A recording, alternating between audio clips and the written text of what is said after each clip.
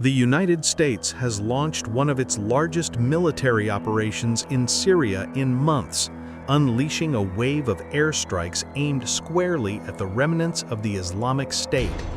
More than 20 U.S. attack aircraft, including F-15s, A-10s, AC-130 gunships, and MQ-9 Reaper drones, joined forces with Jordanian F-16s, raining over 90 bombs and missiles on at least 35 ISIS targets across Syria. Weapons depots, supply routes, hidden infrastructure, all struck in a sweeping effort, U.S. commanders say, to prevent the group's resurgence and protect American forces in the region. The message from U.S. Central Command was blunt. This is part of an ongoing campaign to root out Islamic State threats before they strike again. The strikes follow even larger attacks last month when U.S. jets and artillery hit more than 70 ISIS positions across central Syria. Those retaliatory strikes were launched after a deadly ambush, one that killed 2 U.S. Army soldiers from the Iowa National Guard and an American civilian interpreter near the ancient city of Palmyra. They were the first U.S. military deaths in Syria since the fall of Bashar Assad in 2024. President Donald Trump had vowed swift and overwhelming action, and Washington is now doubling down.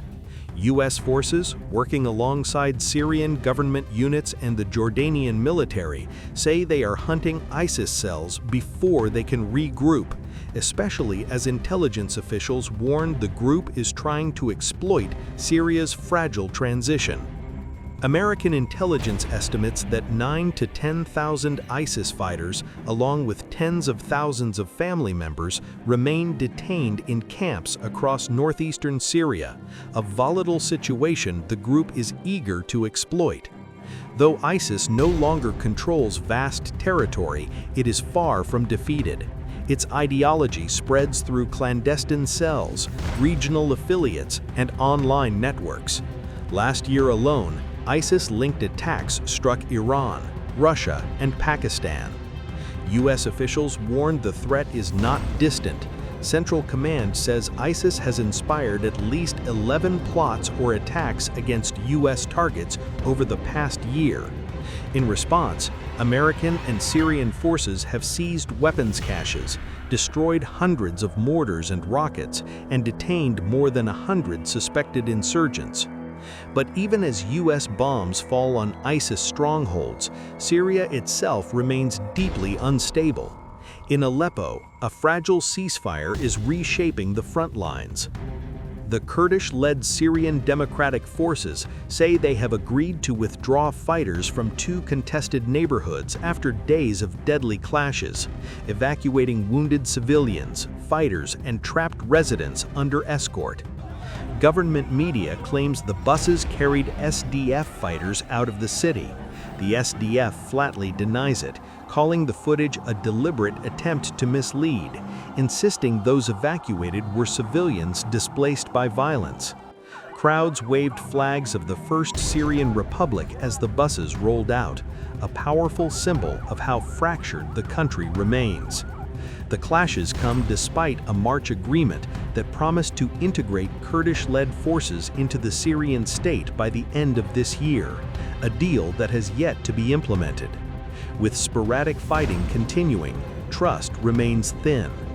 Syria's transitional president, Ahmed al-Sharaa, has pledged an inclusive future for a nation emerging from nearly 14 years of civil war.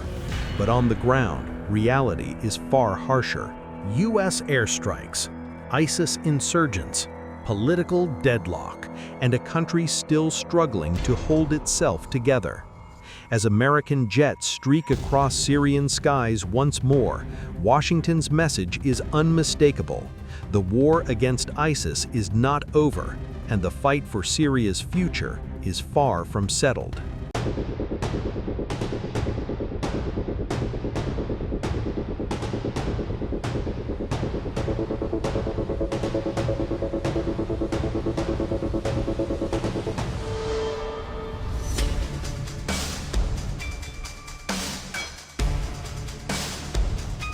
Blast waves echoed across the Syrian desert Saturday evening as British and French fighter jets struck a suspected Islamic State arms facility.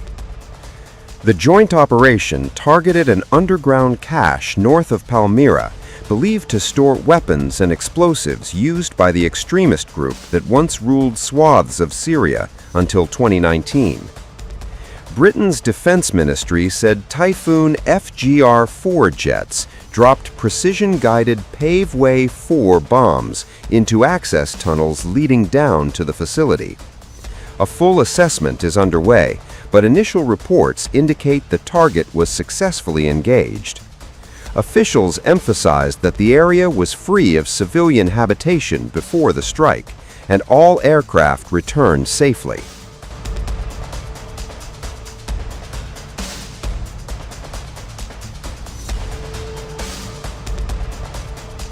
Since 2014, the Royal Air Force has deployed both drones and manned aircraft to target Islamic fighters and strongholds, working alongside coalition partners to dismantle the group's network.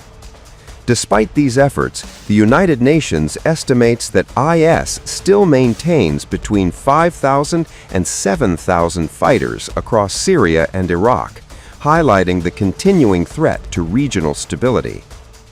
In November, Syria, under the leadership of newly elected President Ahmed al-Sharaa, became the 90th nation to join the U.S.-led coalition aimed at eliminating remaining IS elements and stopping the flow of foreign fighters to the Middle East.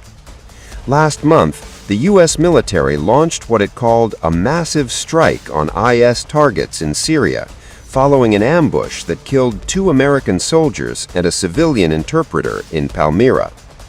The strike highlights ongoing Western efforts to prevent a revival of the militant group and to neutralize threats before they can spread further across the region. From the skies over Syria, the Allied air campaign continues, a stark reminder that vigilance against terrorism remains a global priority.